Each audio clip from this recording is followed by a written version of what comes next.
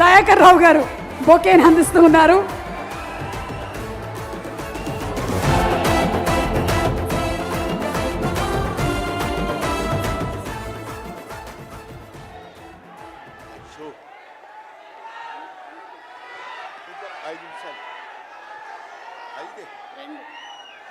మన ఇద్దరి మధ్య ఒక మాట నిలబెట్టుకున్నాం. ఓకే, ఏమండి, ఈవిడేమో నన్ను 2 నిమిషాలు మాట్లాడమంది,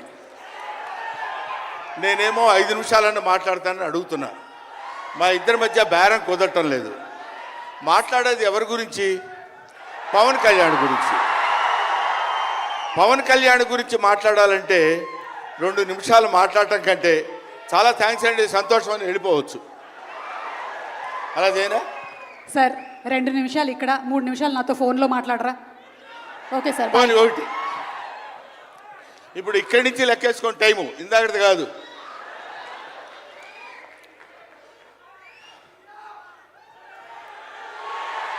ఇక్కడ వాళ్ళు అలాగే అంటారు కానీ నేను 15 నిమిషాలు తీసుకుంటా టైం. నా సంగతి నాకు తెలుసు. పవన్ కళ్యాణ్ గారి గురించి నేను ప్రత్యేకంగా చెప్పాల్సిన అవసరం లేదు.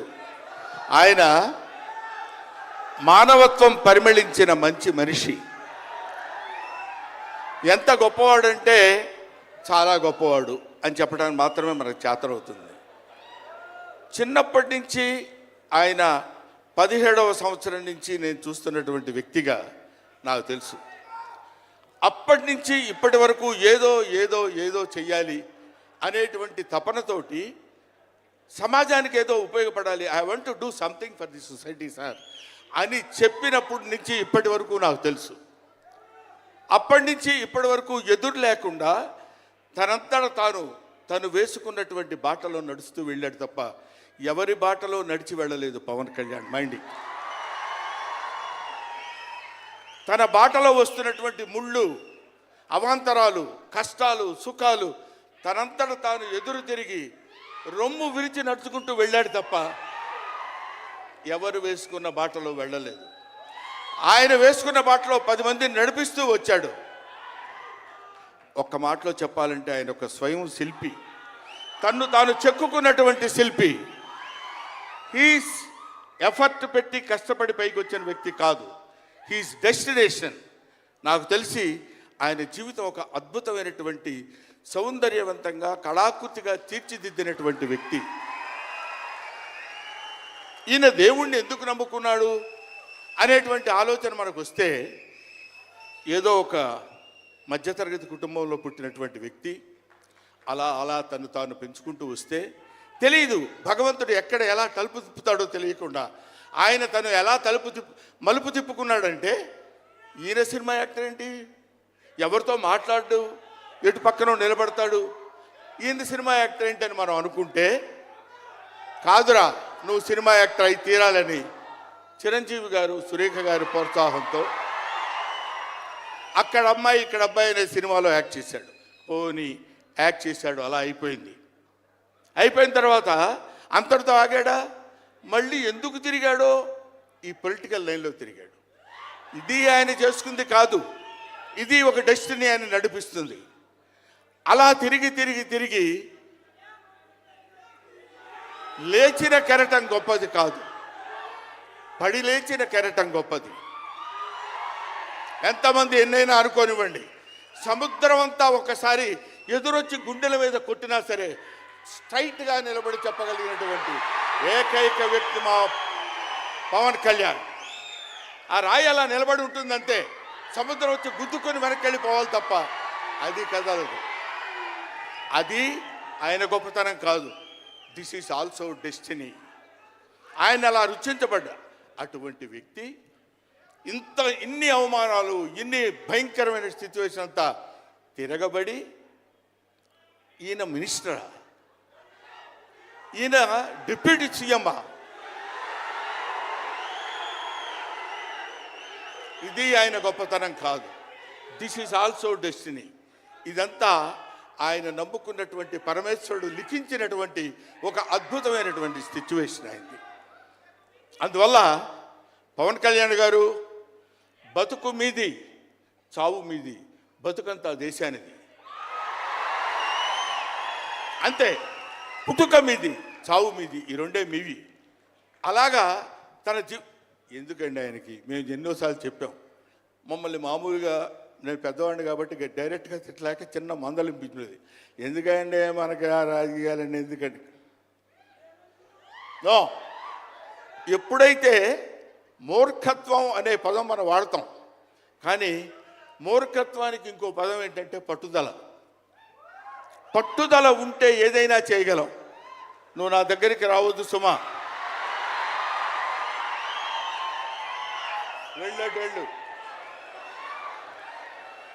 పట్టుదల ఉంటే మనం ఏమైనా చేయగలం అని చెప్పడానికి మహానుభావులు ఎంతో మంది పట్టుదలతో పెరిగారు, పుట్టారు, పెరిగారు. ఒక లాల్ బహదూర్ శాస్త్రి పట్టుదల, ఎడం చేత్తో కుడి చేత్తో పుస్తకాలు పట్టుకొని ఎడని చేత్తో గంగానది ఈదుకుంటూ వెళ్ళి చదువుకున్నటువంటి దాదాసాహెబ్ ఫాల్కే అంబేద్కర్. ఆయన పట్టుదల. ఎంతమంది చెప్పినా వినకుండా నేను I want to know the truth అని చెప్పినటువంటి రమణ మహర్షి పట్టుదల, రామకృష్ణ పరమహంస పట్టుదల. వీళ్ళందరూ పట్టుదలతో పుట్టారు, పట్టుదలతో పెరిగారు కాబట్టే ఇవాటి వరకు ఇలా నిలబడగలిగారు. ఇప్పుడు నేను చెప్పేది, రేపొద్దున ఆయన ఎంత గొప్పవాడు అవుతాడనేది మనం నిర్ణయించలేము, మన చేతుల్లో లేదు. ఇవాళకి ఈ స్టేజ్కి వస్తాడని మనం అనుకోలేదు. ఇక తర్వాత ఏ శిఖరాలనైనా అధిరోహించబోతున్నాడో అది ఆయన చేతుల్లో లేదు, మన చేతుల్లో లేదు. సకల సృష్టి స్థితి రేఖారుడైన భగవంతుడి చేతుల్లో ఉంది.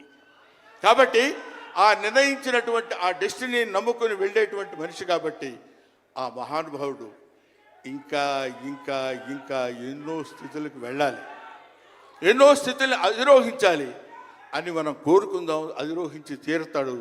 అస్తు అస్తు అస్తు, శుభమస్తు. ఇది జరిగి తీరుతుంది, ఇది నిత్య సత్యం. చాలు. ఏవయ్యా, నువ్వు పొగట్టడానికి వచ్చావా ఇక్కడికి? పవన్ కళ్యాణ్ గురించి చెప్పడానికి వచ్చావా, లేకపోతే ఆయన గురించి గొప్పగా చెప్పడానికి, ఆయన పొగట్టడానికి వచ్చావా అనుకోవచ్చు. మీకు ఒక చిన్న విషయం చెప్తున్నాను. ఆయన సంవత్సరం క్రితం చూశాను, 1 year బ్యాక్ చూశాను, మళ్ళీ ఇప్పుడు చూస్తున్నాను. మధ్యలో ఒకసారి ఏదో ఒంట్లో బాగోలేదంటే మాత్రం చూశాను. ఆయనతో ఫోన్లో మాట్లాడింది లేదు, ఆయన గురించి నాకు తెలిసింది లేదు. మా ఇద్దరి మధ్య ఉన్నది స్నేహం కాదు, ఆత్మీయత. ఆత్మీయత వేరు, స్నేహం వేరు. ఆత్మలు కలిసేటువంటి ఒక అద్భుతమైనటువంటి సంబంధం మా ఇద్దరి మధ్య ఉంది కాబట్టి మనం చెప్తున్నాం. సరే, ఇక నీ సోది ఇది ఆపబోయా. చెప్పు హరిహర వీరమల్లు గురించి.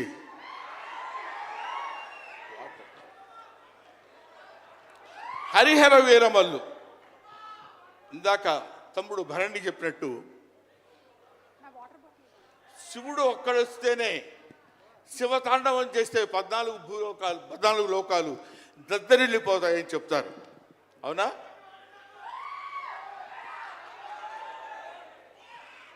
శివుడు త్రిశూలం పట్టుకుని తాండవం చేస్తే గడగడ గడగడగడ భూలోకం అంతా ఉణికిపోతుంది. అటువంటి శివుడు వస్తున్నాడు. విష్ణుమూర్తి సుదర్శనాన్ని వదిలితే ఎంతోమంది శిశుపాలు నుండి సంహరించగలిగిన శక్తి ఉంది అతనికి. ఒకడు హరుడు, ఒకడు హరి. విష్ణుమూర్తి, శివుడు వీళ్ళిద్దరూ కలిసి వస్తున్నాడు. హరిహర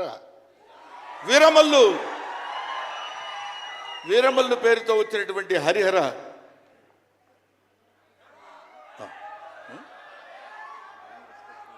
ఓకే, అందుకని హరిహర వీరమల్లు గురించి మధ్యలో చిన్న డిస్టర్బెన్స్ జరిగింది సార్. సరే, ఏదేమైనా ఆ సినిమా గురించి ఇంక నేను చెప్పాల్సిన పని లేదు, మీరు చూస్తారు కాబట్టి నేను మాట్లాడదు. ఎందుకంటే పవన్ కళ్యాణ్ గారి గురించి ఆవిష్కరించి ఆయన గురించి 2 ముక్కలు చెప్పాలని. సరే, సినిమా గురించి అంటారా, ఇంకా ఆయన గురించి మనం ప్రత్యేకంగా చెప్పాల్సిన అవసరం లేదు. ఆయన అలా కొట్టుకుంటూ ఇంకా రచ్చ రచ్చ రచ్చ రచ్చ కింద ఉంటుంది. ఇప్పటికే పవన్ కళ్యాణ్ గారు, మరి ఆయన జాతకం ఏంటో నాకు తెలియదు, ఇలాంటి స్టైల్. అప్పుడెప్పుడో ప్యాంటు మీద ప్యాంట్ వేసుకుంటే స్టైలు. ఆయన కాబట్టి ఇంకా నన్ను అనవసరంగా వెనకాల జుట్టు పట్టుకొని లాక్కి వెళ్ళిపోయేటట్టుంది సుమ మా అమ్మాయి. కాబట్టి I wish you all the best.